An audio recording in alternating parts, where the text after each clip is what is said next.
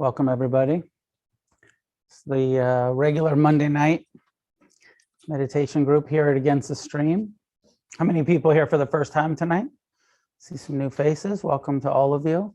Welcome to anybody tuning in to the Zoom group at home. You're here for the first time. I decided that for the new year, there's a bunch of seats. If there's a seat, maybe raise your hand. There's a couple of people. You can pull more chairs down if you want, but there are seats around. Since it's January and new calendar year, that I would, spend the next, I don't know, this couple weeks or something talking about the basics, the fundamentals, the basics of Buddhism. And last week I talked about mindfulness. I feel like mindfulness, which is the seventh factor of the Eightfold Path, and one of the really core techniques in Buddhism that we utilize, and mindfulness is connected with just about everything else. Like, you have to be mindful in order to develop wisdom. You have to be mindful in order to respond with compassion. Mindfulness is like this foundational necessity for what we're trying to do in the Buddhist practice. And so then I thought that tonight I would talk about ethics. I mean, I'll go, and I'm sure I'll end up going all the way through the Eightfold Path because it's all necessary, it's all connected. But I thought I would jump from mindfulness that we talked about last week to ethics, morality, karma. Tonight we'll talk about karma. And I like to begin with asking you to talk to each other. I've been teaching this Monday night group for like 17, maybe almost 18 years here on the West Side, every Monday night for almost 18 years now. And one of my intentions behind teaching isn't just to guide you in meditation, but to help you meet each other. I feel like it's the part of the job description of a meditation teacher or a Dharma teacher, a Buddhist teacher, in the way that I want to teach, which is I don't want to just teach you meditation. I want to help facilitate you developing Sangha. Sangha is the Buddhist word for community, and it's one of the core refuges of Buddhism, that we need friendships, we need connections, we need each other. It's all relational. It's not about I'm a good meditator, but I'm the only meditator that I know. It's about surrendering ourselves with as many meditators, as many people on the path to support, encourage, and I'm going to talk about that tonight. But I say that because I like to start by asking you to speak to each other. And I'm going to talk about ethics, but I'll say briefly, what I'm going to say is the reason why ethics are so important is because of karma. And so I'm going to ask you, that's a big, broad statement. And karma, this word karma has made it into our culture. Like, it's in hip hop, it's in punk rock, it's in, advertising, it's in, karma. It's like, it's across the board. It's made it into our culture. And I think that there's some people actually know what it means. And sometimes it's used mixed with our Judeo-Christian conditioning as a term that means punishment, right? Like you're going to get your karma. It's often used in this sort of negative way, or sometimes in a toxically positive way. It's all good karma.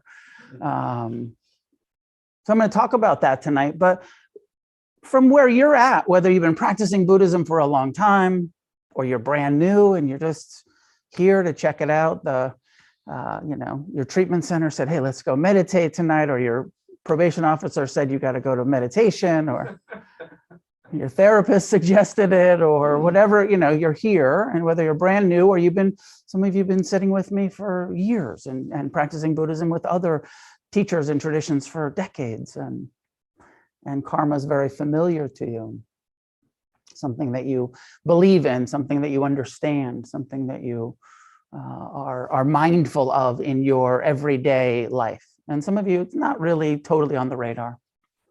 But for an icebreaker to talk to each other and have a brief conversation, I give you about 5 minutes for this. And I forget to say this, I'm going to say it tonight. I give you about 5 minutes, so you should only talk for about 1 minute. And you should listen for 2 or 3 minutes to the other people that you're talking to. Because sometimes I forget to say that. And I know there's, some people who are just like, oh, 5 minutes, I'm going to talk the whole time. And don't have the mindfulness to be like, I'll say something for a minute or so, and then I'll listen to what you have to say, whoever I'm talking to. So at home in the small groups, make sure time yourself, only give yourself a minute or so. So that's the question is, do you believe in karma? What do you think about karma? 1 minute. Go. Find 3 or 4 people in the room and introduce yourself to some people you don't know and talk about karma. Where is it in your life? And at home, I'm going to put you in breakout groups. Topic, karma.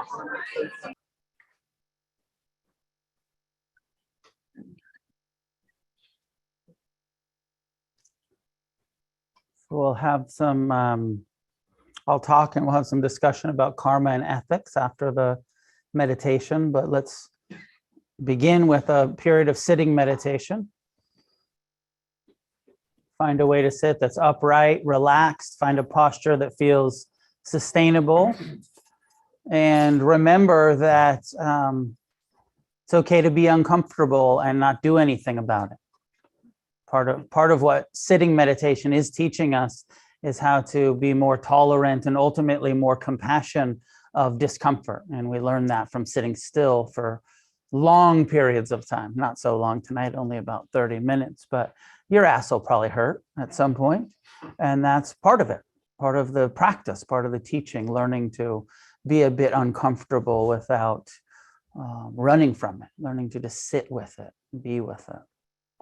So find a way that feels sustainable. And of course, if you reach the edge of your tolerance, you can move your posture, you can shift, but we try to sit still. Allowing your eyes to be gently closed.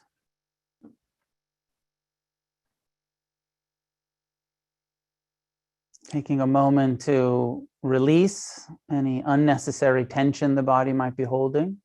Soften the jaw, the brow, shoulders, belly.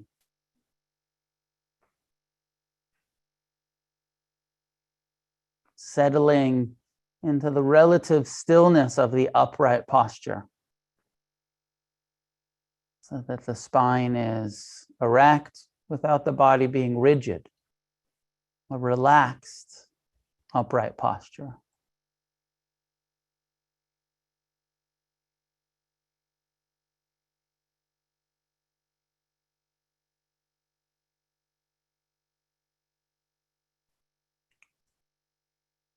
And establish an inner intention, an inner aspiration or attitude of kindness, of friendliness. The intention to be kind to yourself as you sit here. Aspiring to meet our thoughts and emotions and sensations with a friendly response rather than judgment or anger or fear, trying to be friendly towards even the difficult emotions, even the discomfort in the body or heart or mind.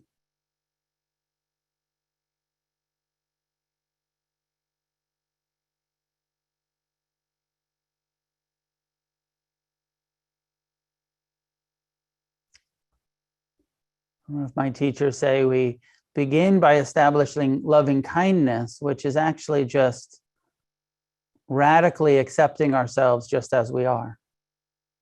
The kindest act is to accept this moment just as it is, to not fight it.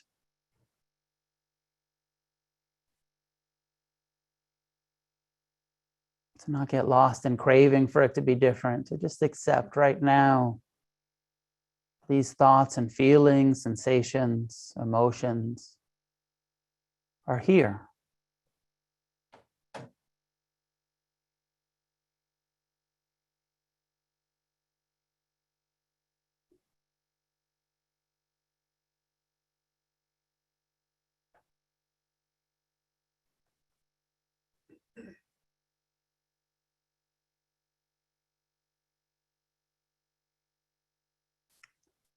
From this foundation of friendliness, we establish mindfulness, present time, non-judgmental awareness of the breath and body. The first foundation, the Buddha encourages one to take a seat, to establish mindfulness, and to attune the awareness, direct the awareness to the sensations the breath creates. Breathing in, know that you're breathing in. Breathing out, know that you're breathing out. Focus the attention on the breath. Letting everything else recede to the background, the thoughts, the sounds, the other sensations or emotions.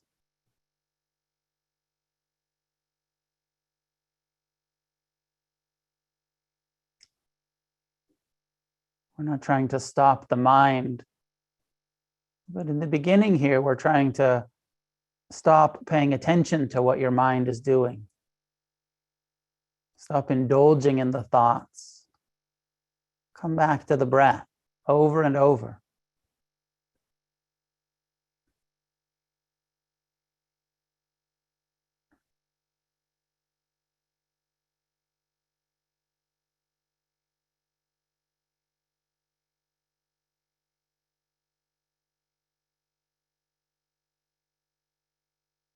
Investigating what the breath feels like, knowing I'm breathing in and out. What sensations does the breath create at the nostrils or chest or belly?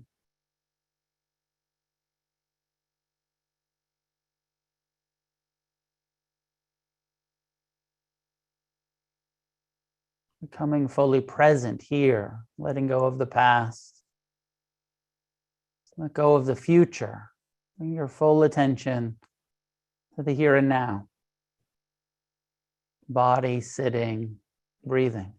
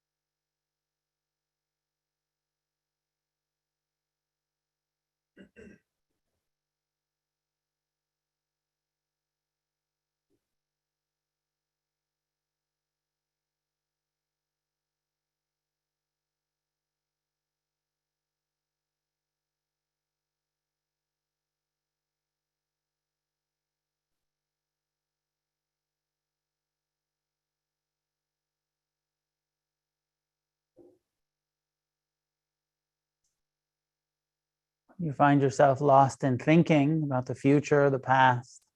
Just acknowledge it with kindness, thinking again, non-judgmental, and then come back to the breath, and disengage, reestablish mindfulness of the sensation of breathing. Let the thoughts dissipate in the background. Come back to the breath.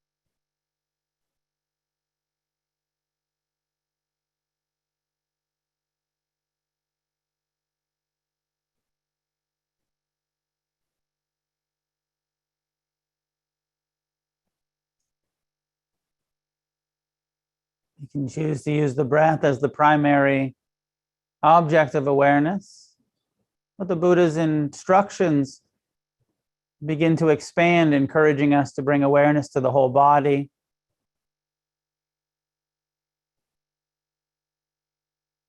Head to toe. Sensation.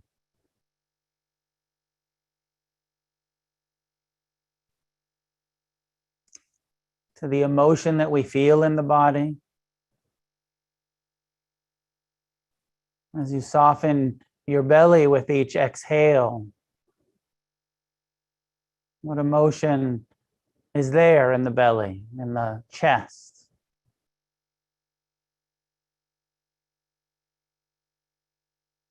Opening to the sense doors. Just hanging out, mindful of the sound of the rain.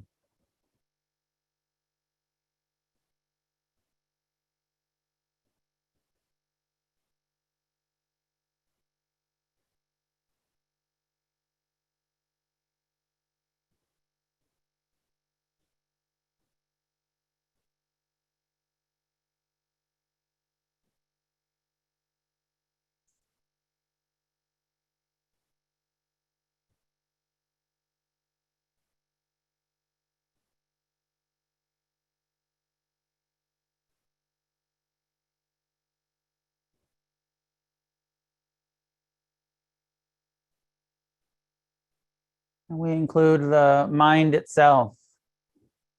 Rather than ignoring the mind, bringing non-judgmental, present time awareness to how thoughts appear and proliferate. Associate this sound of the rain leading to a memory or a worry.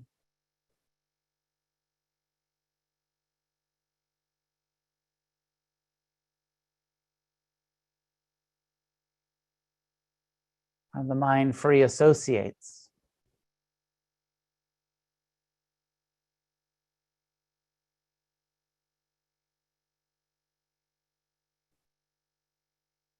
Memories and plans, hopes and fears.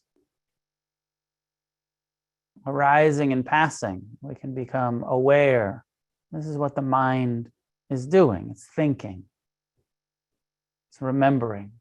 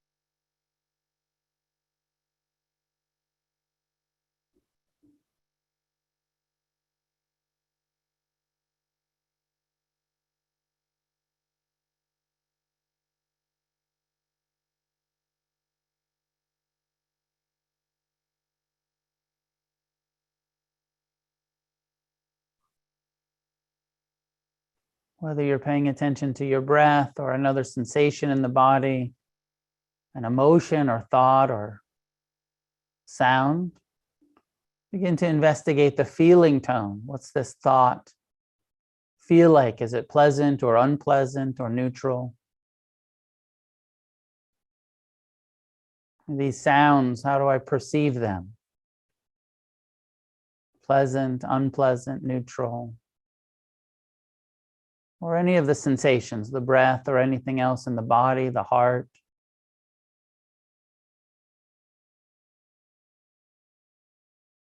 Investigating what's happening and how it feels in this moment. Where is there pain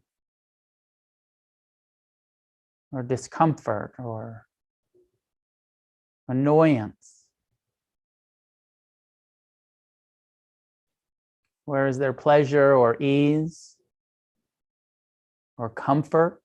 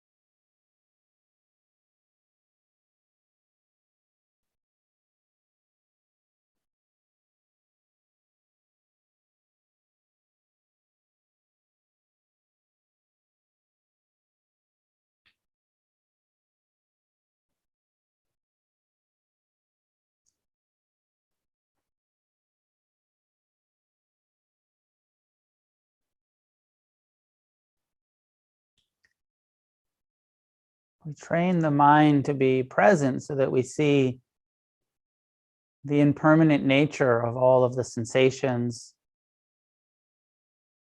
sense door, experience, emotions.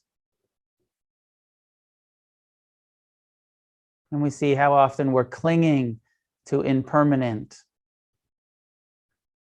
pleasant things, craving for impermanent, pleasant experience,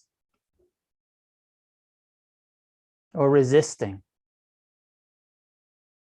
meeting with anger, resentment, aversion, or fear, the painful experiences in the heart, in the body, in the mind.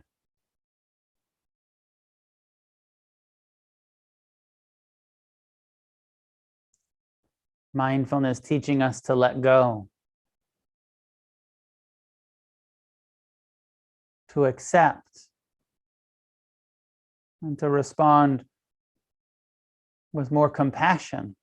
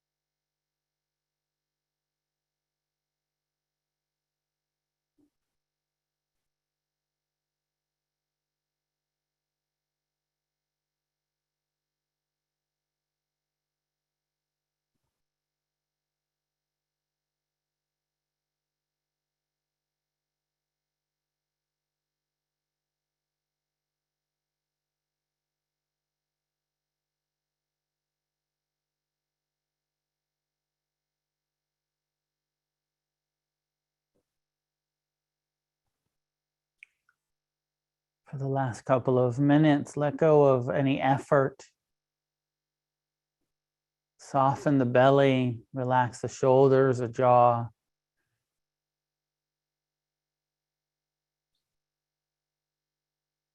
The only effort into accepting this moment just as it is, not trying to make it any different.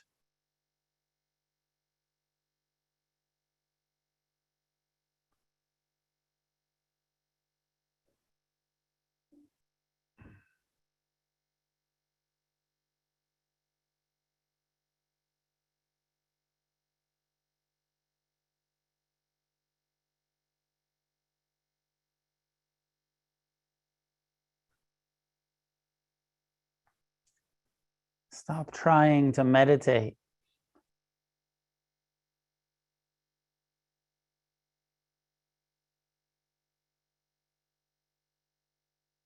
And just feel what's here.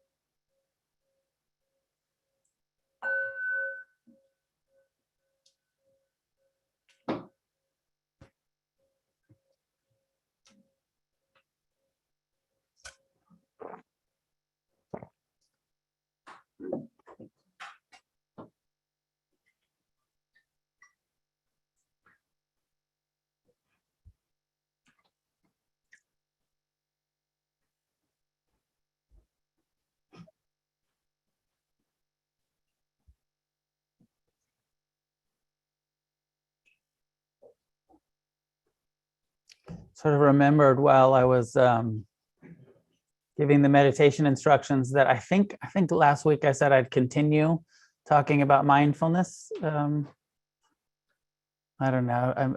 Maybe I don't know. Did I?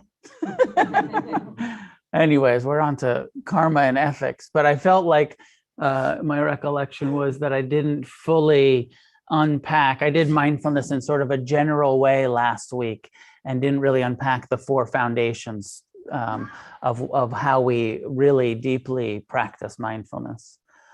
So I will come back to that.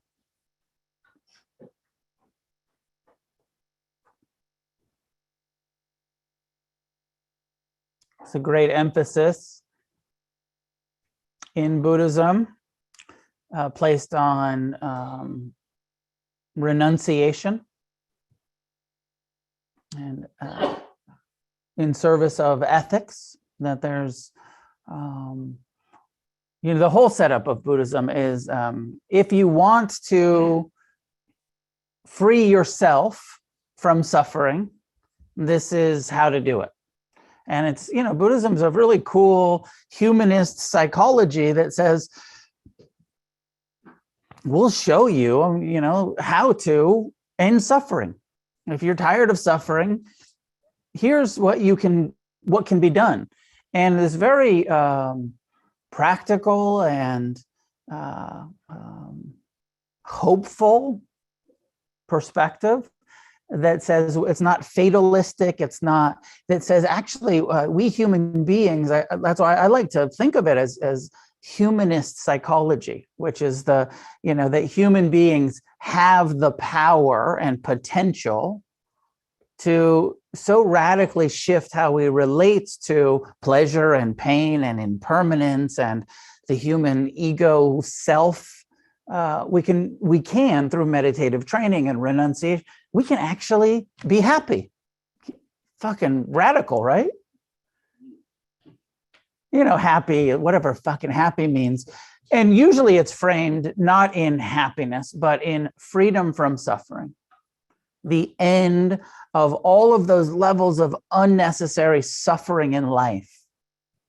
In order to get there, number one, mindfulness, necessary, impossible without mindfulness. You can't think your way to it or intellectualize or read, or you can't have faith into liberation from a Buddhist perspective. It's a direct experience. Mindfulness is necessary. Present time awareness of our own breath and body and emotions and mind tendencies, mental experience.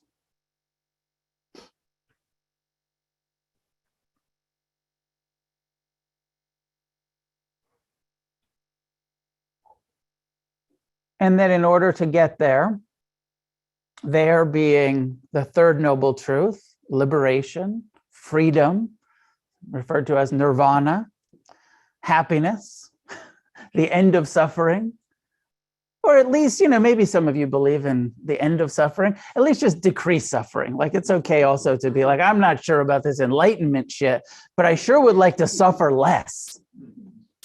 I sure would like to be happier. I love to diss that guy, the news anchor guy who wrote the book 10% Happier. What Buddhism is teaching is 100% happier. Not just, I don't know, maybe the guy was already 90% free and he just wanted that last 10%. I don't know. But what Buddhism is saying is that, exponential, 100%, maybe you don't believe that, maybe 90%, maybe 80%, but the teaching is 100% freedom, that it's possible, that we have the power, the potential, the ability to get totally free. But it is asking for kind of a lot. If you want it, it's saying like, yeah, it's possible. And here's the map, here's the path, the Four Noble Truths, the Eightfold Path. And it's asking for things that seem sort of simple ethics, like rigorous honesty all of the time. Telling the truth, even when it's inconvenient. Even, showing up and being honest in our relationships. And, we can all kind of be like, well, that doesn't, yeah, of course, I want to be honest. But are we really honest? Rigorously, thoroughly, consistently? And so part of the renunciation is full renunciation of dishonesty. And full renunciation of killing and violence, and full renunciation of misconduct with our sexuality, and full renunciation of intoxicants, of recreationally clouding our mind and our ability to be mindful, not, giving up on that stuff that's getting in the way of our presence. That's why we like it. It clouds the mind, feels fucking great. Nothing better than not being present. Because being present is often painful or stressful or, difficult in some way or another. And I said it earlier. So, the importance of ethics, and I'll come back to it. But I do think it's important to acknowledge that the reason that it's not ethics for ethics' sake, it's not like being a good, moral, honest, churchy person just for like some sort of religious ego trip or something. It's all comes back to karma. The whole reason why the Buddha is encouraging honesty and renunciation and an ethical way is because this humanist psychology of Buddhism that we are discussing, practicing, believes, understands that there's something about this human mind and heart and body, this process that we call me, that is fully and completely responsible for our actions. It's sort of the definition of karma, total personal responsibility. That every time we're dishonest, we're creating some unnecessary suffering for ourselves, whether we get caught or not. Even though sometimes you feel like, got away with it, fucking lied, nobody knows, created a whole story, but we know, and there's some responsibility in that, some stress, some fear that dishonesty creates. Unless you're a complete psychopath. Some people do seem to be able to be very harmful, unethical, without much conscious consequence to it. But for, the majority, the masses, there's a consequence to unethical behavior, whether you get caught or not. And this is different than this is where law and ethics are different, and some of our laws are unethical in themselves. But so we're just talking about ethics. So it's not about whether you get caught. It's about how it feels when we behave, what the karmic fruit is when we lie, when we steal, when we kill, when we cause harm with our sexuality, when we're not in integrity in our relationships. So the Buddha said, for householders, for the monks and nuns, hundreds of rules, hundreds of levels of renunciation, really strict, high level of renunciation in Theravadan Buddhism, early Buddhist path. He said for the householders, he said, if you want to be a monk, you're going to be celibate, no more sex for the rest of your life. You're going to, no money, no property, you can't own anything. There's all of this renunciation if you're taking the monastic path. But for the householders, he said, okay, you're going to be in relationships, you're going to engage in sexuality, just don't be unskillful in your relationships. Don't be dishonest. He talks about sexual misconduct. You're going to be in the world, just, really low level of renunciation. Don't kill. Renounce killing, intentional, volitional murder. Now, on some level, probably all of us would say, yeah, I'm not planning on murdering anybody. But the Buddha takes it beyond humans, not murdering each other humans, to not killing any living being, to not intentionally murdering any living being, which is a much harder form of renunciation. For most of us, pretty easy to not kill each other, but not so easy to not kill the mosquitoes, the ants, the cockroaches, the spiders, whoever you're like to murder. You're afraid of, you are annoyed by, they're in your kitchen, you're going to exterminate.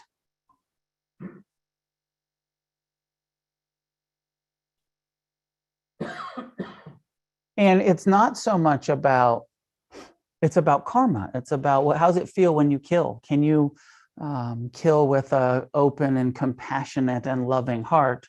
Or do you actually have to kind of have a self-centeredness? I'm more important than this being. I hate mosquitoes. I hate spiders. What do you kill? You kill spiders, you kill cockroaches. I fucking hate cockroaches. Right? Don't you? Maybe not. Ants, when they're just all over the place. There's a little bit of like, I'm fucking really inconvenient. I'm gonna murder these ants. It's a fucking extermination.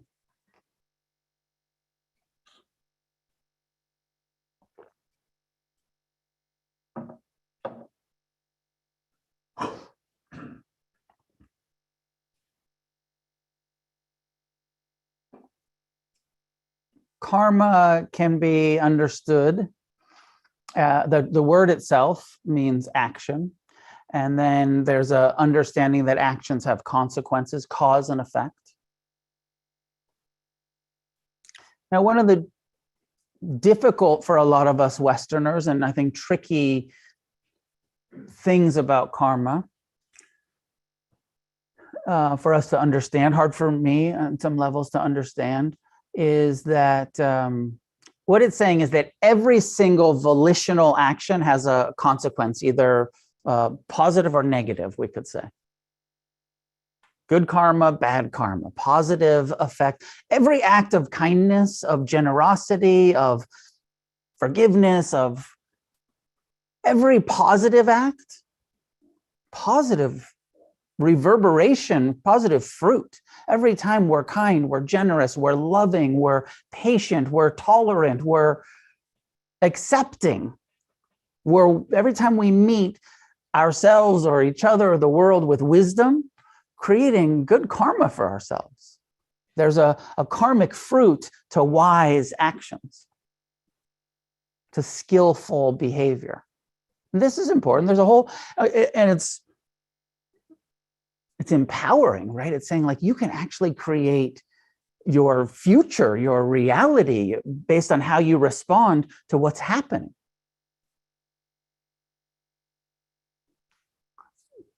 Part of the tricky part is what Buddhism teaches is that karma can ripen. Immediate, there's instant karma. Sometimes you're generous and you just feel like, oh, that feels great to give. You tell the truth and you just feel like, oh, it's so good to be honest and integrity. You feel it right now. Instant karma. The teaching is the fruit of our actions, whether positive or negative, can ripen in the present or any time in the future, including, and here's where I lose half the room, including future lives.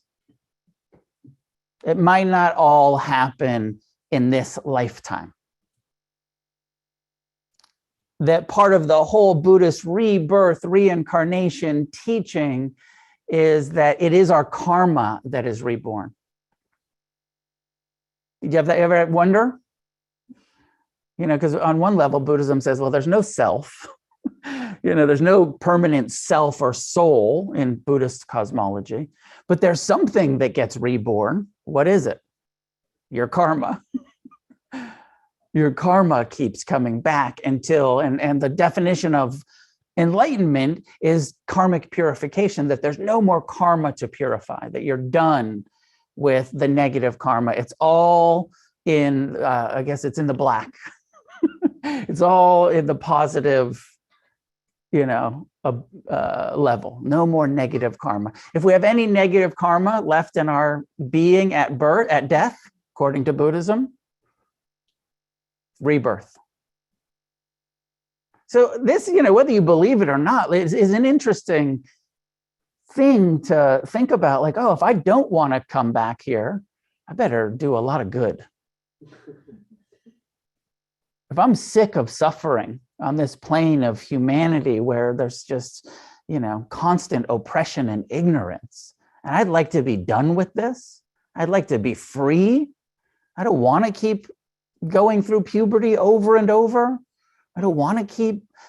There's a dramatic example, the suttas.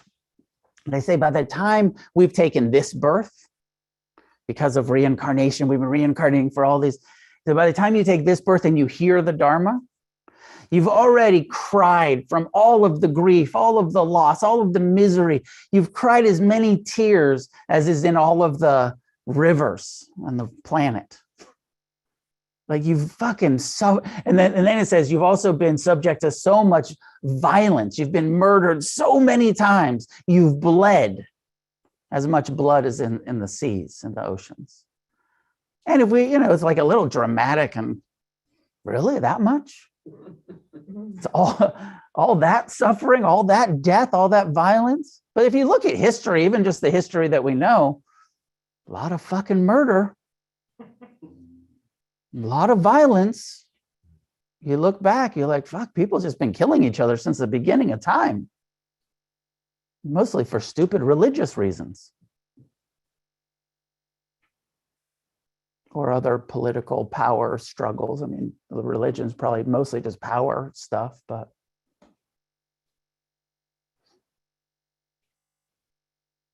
So I know I start to lose people, and I get a little agnostic about it myself. I don't disbelieve in rebirth, but I'm kind of like, I don't know. But it is the teaching of karma. Can ripen in this lifetime or any future lifetime. Now, this perspective of karma ripening in future lifetimes has been used to uphold oppression. It's used in traditional Indian society, Vedic, Hindu, the caste system. It's been used to uphold racism and sexism and saying like, well, it's your karma. And it's the karma of people with darker skin in India to be oppressed, and the people with lighter skin, the Brahmins, to have more power, more privilege. So the Buddha spent a lot of his energy trying to undo this this disgusting perversion of karma as a tool for oppression and rebirth, and saying like, oh, it's your karma that, and the Buddha was just like, absolute bullshit. No way that we use this truth of karma in order to uphold oppression. We use the truth of karma to undo it, to go against it, and to acknowledge that anybody upholding, intentionally, volitionally upholding any form of ignorance and oppression is creating negative karma for themselves, is never getting a free pass, is never the bestower of karma. Can you see how perverted that is? To be like, I'm going to hurt you and say it's your karma that I'm hurting you. I'm going to oppress you and say it's your karma that I'm oppressing you. Rather than taking the actual teaching, which is, it's my karma how I treat you. It's your karma how you treat me. It's our karma how we treat each other. There's no justification for racism, sexism, homophobia, any, oppression. No justification. We're all 100% responsible for how we behave. Period. That having been said, it does get a bit confusing when you want to think about like, oh shit, well, is my shitty childhood because of my past lives? Did I choose those parents? Did I choose that childhood? Was that my karma that was born into that neglect or abuse or this racist, sexist society that we live in? Is that I chose that, my own past lives put me in this situation? And maybe there's some kind of like, we're in it. There's a cycle that we're in. It can be a real trap, and I've found myself trapped in this. My own encouragement for you. You get to find your own way with karma, rebirth, what makes sense to you, what doesn't make sense. I always am just like an open mind, like don't get too rigid in your beliefs, but just an open mind is my encouragement. My sense when it comes to karma is to let go of trying to figure out why my life is like this, why the world is like this. Make sense?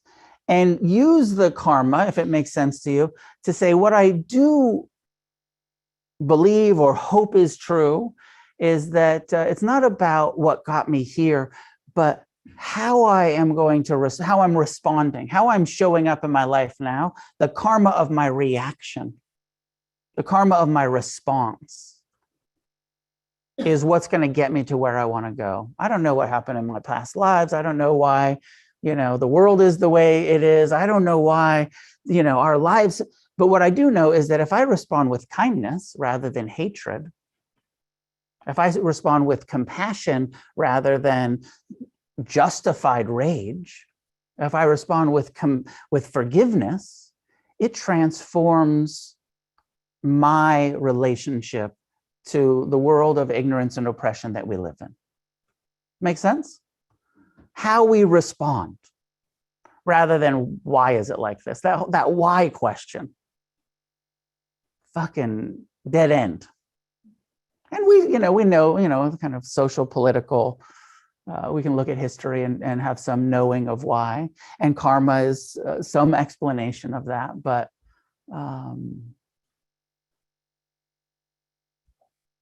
we've got to be careful for not falling into that trap of using karma as an excuse to not have compassion. Even if somebody created the suffering for themselves, they're still worthy of compassion. They're still worthy of love, right? Rather than this punishment model of like, well, if it was my karma, then I don't deserve any compassion. I don't deserve any forgiveness. Even if it's our karma, their karma, still love, compassion, mercy is the appropriate response from Buddhist perspective.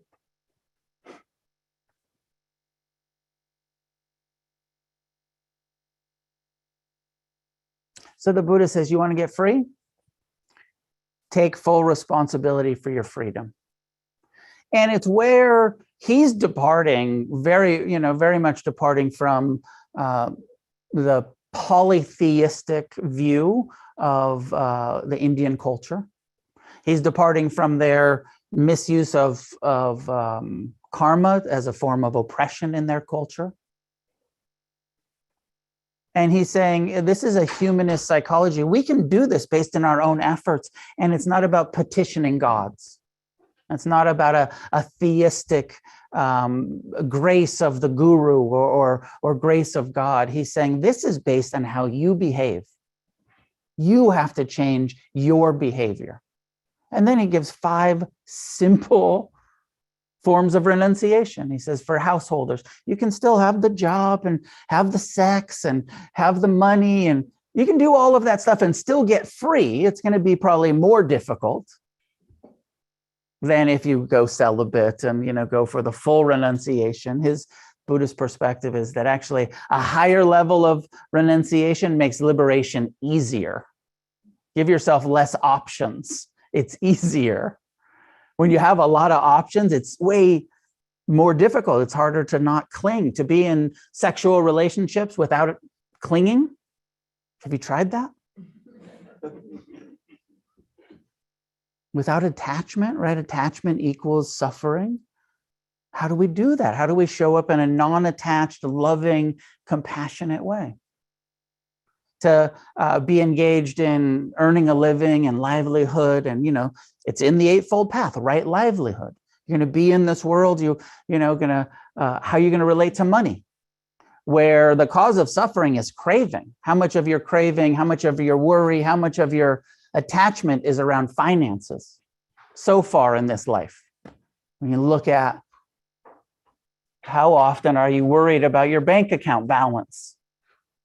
How often are we striving for some more material stuff that's causing us some suffering? So he's saying, you can do that. It's still possible. So you're just making it more difficult. We're making it more difficult for ourselves by engaging in the material and sensual world. Easier to get liberated by just giving it all up. I always feel like this is an important message from someone like me who's choosing sensual material life, that we're choosing it. Celibacy is a viable option. You don't ever have to have sex again, and you'll never suffer about the relationship again. Total option. And the reframe, which is like, oh, every time I'm in a relationship and I'm suffering about it, I'm choosing that. Because don't you often feel like, why is it like this? Why is my heart getting broken, or my needs aren't being met, or my desires aren't, or whatever it is? And we feel like a victim of like, fuck, it's the wrong, rather than like, oh, I signed up for it. 100%, I chose it. When I said, you want to go on a date? Would you like to suffer together for a while? I mean, we'll have all of the joy and love and great orgasms and all that stuff, but also like, we're going to suffer, right? You ready? Let's try that on your first date. Get real with each other of like, I fucking want to suffer with you. I choose you. I'm going to cling to you, and you're going to cling to me, and it's going to be miserable some of the time, and it's going to be amazing some of the time. But the karma of that choice is there's going, like, I guess the ultimate perspective is, like I said, be in a loving, non-attached relationship. Now, the Buddha doesn't say this in the 5 precepts. All he says is don't engage in sexual misconduct. So I'm reading a lot more into it. He says just avoid sexual misconduct, which means lying, cheating, inappropriate, coercive, non-consensual, he said, just don't do that. It doesn't have to be monogamous. It just has to be honest, really. The biggest piece is just honest and kind of ethical relationships. He said, avoid causing harm intentionally, volitionally.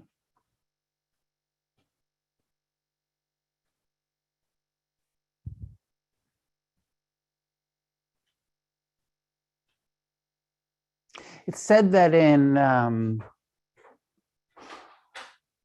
most like Buddhist cultures, Buddhist countries in Asia, that if you go to the monastery, the majority of the monasteries and visit, or that mostly you'll be giving teachings on ethics, that these 5 precepts will be the sort of leading thing that Buddhism is teaching traditionally. And that actually meditation isn't practiced all that much in a lot of the Buddhist countries and in the Buddhist monasteries, but they're big on renunciation. They're big on teachings of karma, big on teachings of ethics, and this conversation is the leading conversation.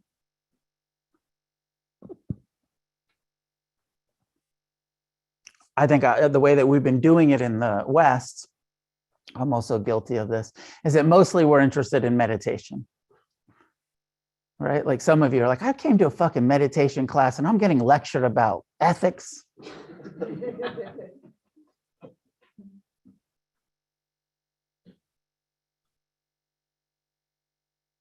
But it's central. It's central to what we're trying to do. In order to get free from suffering, we have to meditate. We got to become mindful. We got to become compassionate. We got to become the wisdom that we're looking for. Meditation is the path to that. But because karma is what's happening here, just meditating isn't enough. There's a level of renunciation around dishonesty, around unethical relationships, around violence. And that 5th precept, controversial. The 5th precept in Buddhism, in the Theravadan Buddhist tradition, is understood of total abstinence from any form of recreational drug or alcohol use. Now, the first 4 precepts, don't kill, don't steal, don't lie, avoid sexual misconduct, you can see the karma in those, right? You can see like, oh, well, yep, the karma of lying, of stealing, of killing, of cheating. Makes sense that the Buddha would say, don't create that karma for yourself. But what's the karma of tripping balls? I'm not hurting nobody. Or having a glass of wine, pairing it with the chicken. It's just delicious. or smoking a little weed or whatever, microdosing. What's unethical about getting a little high? And I think that the answer is nothing unethical about getting high. And it's where it's a little confusing, where the first four are really about ethics. There is an argument that has been made that I'll propose, that the fifth precept is in there in support of the first four. Because as soon as you're intoxicated, you're more likely to lie, steal, cheat, or murder. As soon as you're, no longer fully, they use the term heedful, which also just means mindful. As soon as you're high, you're not as mindful, and you might start exaggerating or minimizing or flirting or in a way that's not necessarily ethical. So that abstinence encouragement in service of integrity. Now, I have a bias, and my community, probably up to 3/4 of us are recovering drug addicts and alcoholics. Against the Stream, Refuge Recovery, my community, probably 3/4 of the communities in recovery. So we hear the fifth precept as a necessity of I need to do that to stay out of jail. I need to do that to stay out of misery. I need abstinence because I'm fucking allergic to that shit. It destroys my life when I indulge. So for us, the fifth precept supports our sanity, our recovery, our healing. We need abstinence. It's a much bigger dilemma for all of you, however many people here listening or who aren't addicts and have a ability to recreationally indulge in some substances. It's a much bigger dilemma for Buddhists who aren't forced to abstain, like us addicts, like us alcoholics, who are it's not really an option for me. That option goes down a very bad path that we've been down too many times. So we're in a situation, and then it gets further confusing because one of I asked some teachers why so many Buddhists don't practice abstinence. And one of the explanations that I heard was that when the Buddha was dying, his people that were around him asked him, okay, you've set up all of these rules for us, like stay sober. You set up all of these rules for us. Do we need to follow all of them forever? And he said something like, well, you could let go of some of the lesser trainings, but keep the greater trainings. Something like that. So then people, and this was 2,600 years ago, so then people over the last 2,600 years have been deciding which rules are important and which ones aren't. And whole traditions of Buddhism, as Buddhism spread from India to Thailand and Burma, and then up north into China and Korea and Japan and back to Tibet. And there's whole traditions which don't practice abstinence from alcohol. In Tibetan Buddhism, they use alcohol as some of their empowerment rituals, some of their teaching rituals. I remember one time I at Against the Stream, when we had a place over on the east side on Melrose, I had rented the meditation center to this Tibetan group for a teaching, for an empowerment. And I came in the afternoon to say hello to the Lama. And there was 2 bottles of booze on my altar. It's like if I came in here and there's just 2 bottles of booze, and I was like, and then I remembered, oh yeah, they drink booze. It's not even on my radar, Buddhism and drinking booze, but it's part of their religious tradition, and it's part of Buddhism. It's part of that Vajrayana Tibetan Buddhism that they have a thing called a sok, where it's a little bit like a Catholic service. You go to church and you little blood of Christ, they're little spit of the Buddha. I don't know how they justify it. I'm not that familiar with it, but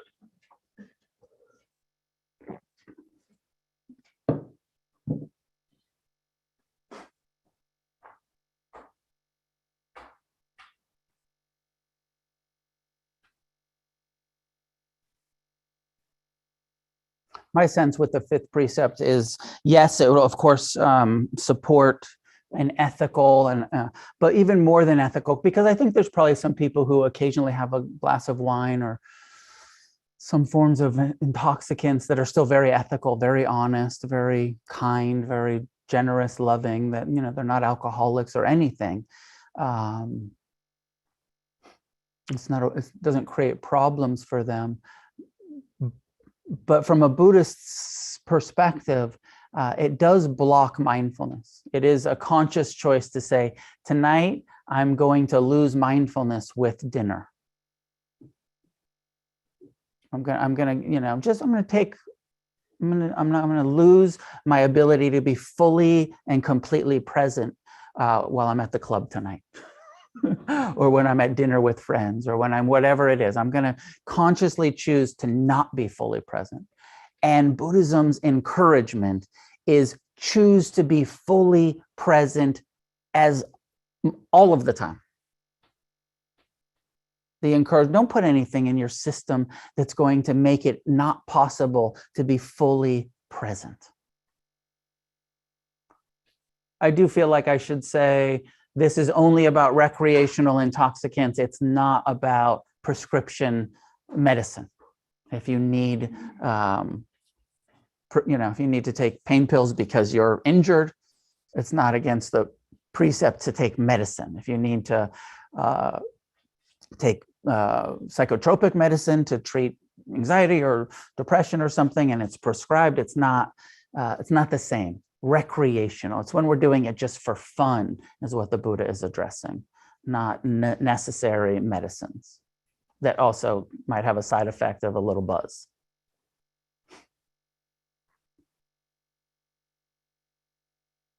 So 5 precepts, ethics, karma. I know it was a little bit all over the place. Questions? Discussion. Does it make sense? Clarifications, please, in the back. At home, if you have a question, you can raise your hand in the... On the first one. Yes. About killing. Yep. Does that mean you have to be a vegan? There's a perspective that you may or may not agree with. So the simple answer is no. The karma, the Buddhist perspective is that the karma is in the killing, not the consumption. Now, there's a bigger perspective that says, but hey, if we were all vegan, less animals would be killed, which is true. If more and more people chose not to consume animals, then less, supply and demand and all of that.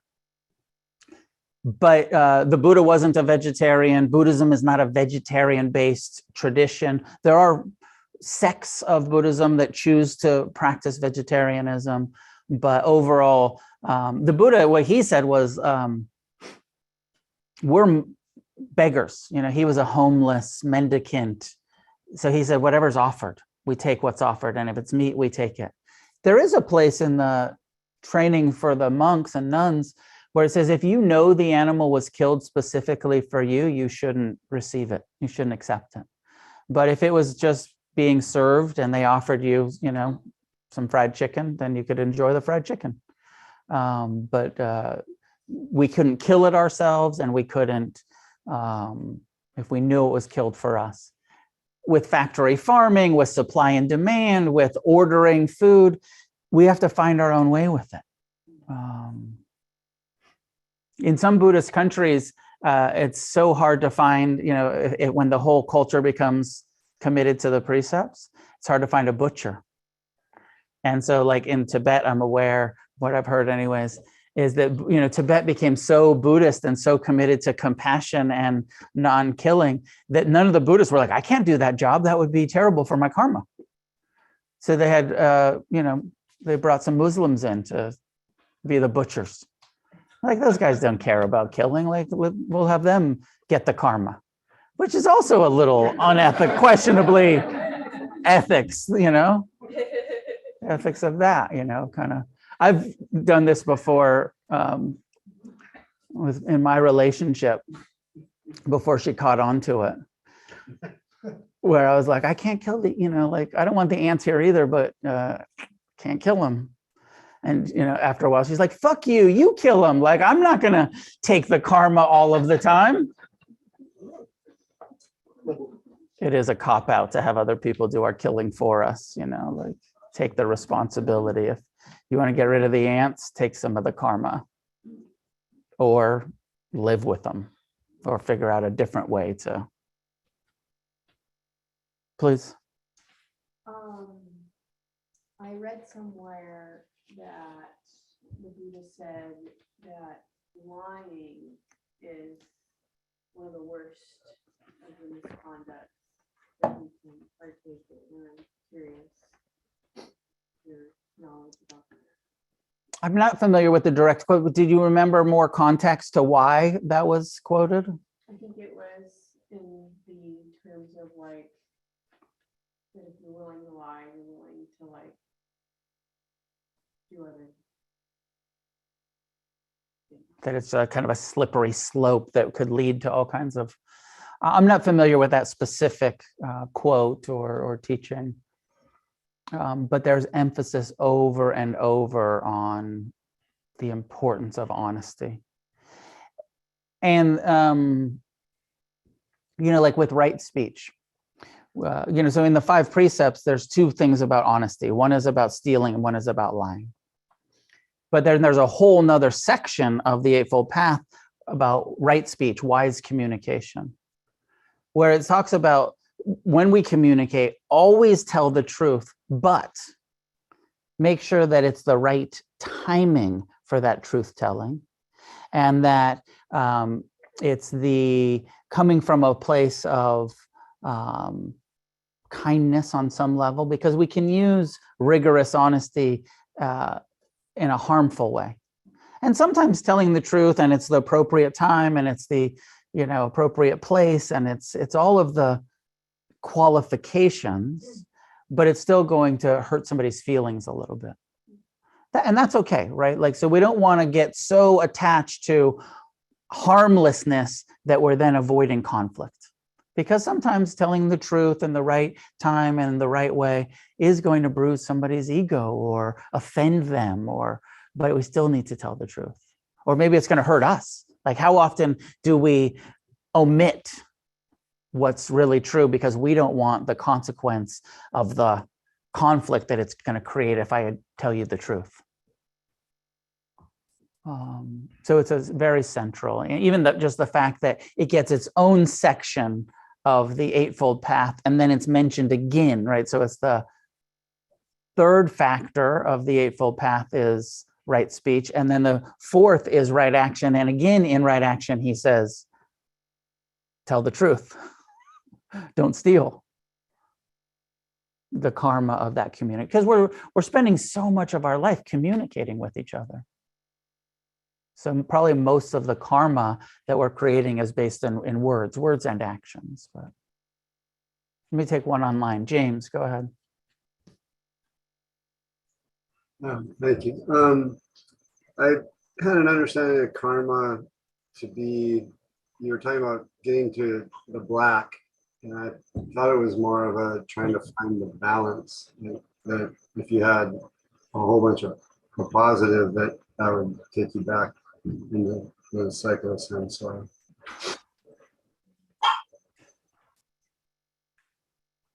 could you understand the question?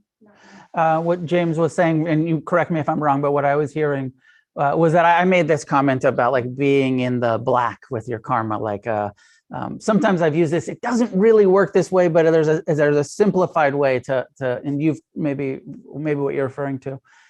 My father used to say, think about it as karma, savings, and loan. And how much are you depositing? Positive karma. How many, or how much have you borrowed? How much? Every negative is a withdrawal. Every lie, every act of unkindness is a withdrawal. And so then we look at our karmic accounts and we say, like, fuck, I'm like millions of dollars in debt. I've been lying and stealing and cheating for decades. And even on the path, I'm still, not fully. So honesty, deposit, kindness, deposit, generosity, deposit, tolerance, compassion. more and more. But the ultimate goal is to have no withdrawals at all, is to have no, and it's sort of one of the definitions of kind of the different stages of enlightened beings. And then the fully enlightened Buddha causes no harm, doesn't do anything that's causing negative karma for themselves. And that is the ultimate goal, is to create no negative karma, and only to speak true and kind and loving and compassionate way of being, so that there's no negative involved in it at all, only positive. Does that make sense? Yeah, it does. But for some reason, I don't know where I heard it. Maybe it was not a Theravada thing, where you're not only that you're going to get to that balance point. So I don't know. You have to hit it right as you're passing out of this world or whatever, so you don't go one way or the other. But then it was like you're supposed to reach like a balance. I mean, I've never heard any Buddhist say that we only want to balance it. I've always heard that, you know, we want it way in the, you know, which to me makes sense. Like, yeah, I want to live in a way where it's honest and integrity, and I'm just, you know, there's no negative karma happening. That's the goal. I'm not there, but I want to, you know, I want to strive for that. Okay, it's 9 o'clock. I see one more hand. Lori, I'll hang out if you want to ask me afterwards, but I don't want to keep everybody hostage. Like all of the teachings of Buddhism, like everything that I have to say to you, this is not meant for you to believe it, but for you to consider it, for you to reflect on it and find out for yourself what makes sense to you. As we study Buddhism, as we talk about it, as we discuss it, it's an open-handed perspective that you get to look at and chew on and digest and come to your own knowing, rather than believing it, or some, you know, it's not a faith-based thing, it's a experience. I'll be here the next few Mondays until March. I'll be away for a retreat. I think there are a couple spots left. It's almost full. I have this 10-day retreat with Jason Siff, who's a colleague of mine in Portugal, over in Europe. It's March 17th through 26th, I believe. And it's a 10-day retreat. And if anybody wants to come, sign up soon, because I think it's just about sold out, not fully sold out yet. And then Against the Stream, we'll have a Memorial Day weekend retreat, May, whatever that is, 25th through 27th or something like that in May, where we'll have a 3-day silent retreat up the hills in Running Springs, up by Lake Arrowhead, Big Bear area up in the mountains in May. Will you be doing, I know you had a 1-day meditation. I haven't scheduled a day long for this season yet, but I will. I'll try to put something on maybe for February or May or March. I'll try to put something on the schedule. Class is done by donation. Against the Stream is a nonprofit organization that is 100% supported by you who come here and attend. Nobody's paying the bills for us. We pay the bills together with the donations, which is a terrible business model. But it has worked out so far. Like I said, I've been teaching this Monday night class for the last almost 18 years. And your generosity allows me to keep showing up and allow us to keep the lights on and to have a meditation center on the west side of Los Angeles, which isn't cheap. So be as generous as you can be. If you don't have any money, you're welcome here. You don't have to pay anything, and you're welcome to be here. But if you have money, give some money, $20, $25, become a monthly supporter, help us pay for this thing so that we can continue these practices and to have these discussions. Be as generous as you can. Plus, you know you need the karma. So thank you for your generosity in advance. And at home, there's a link to the donations there. And may any goodness that comes from our practice be shared outward in all directions with all beings. Okay, now you can escape. See you next week.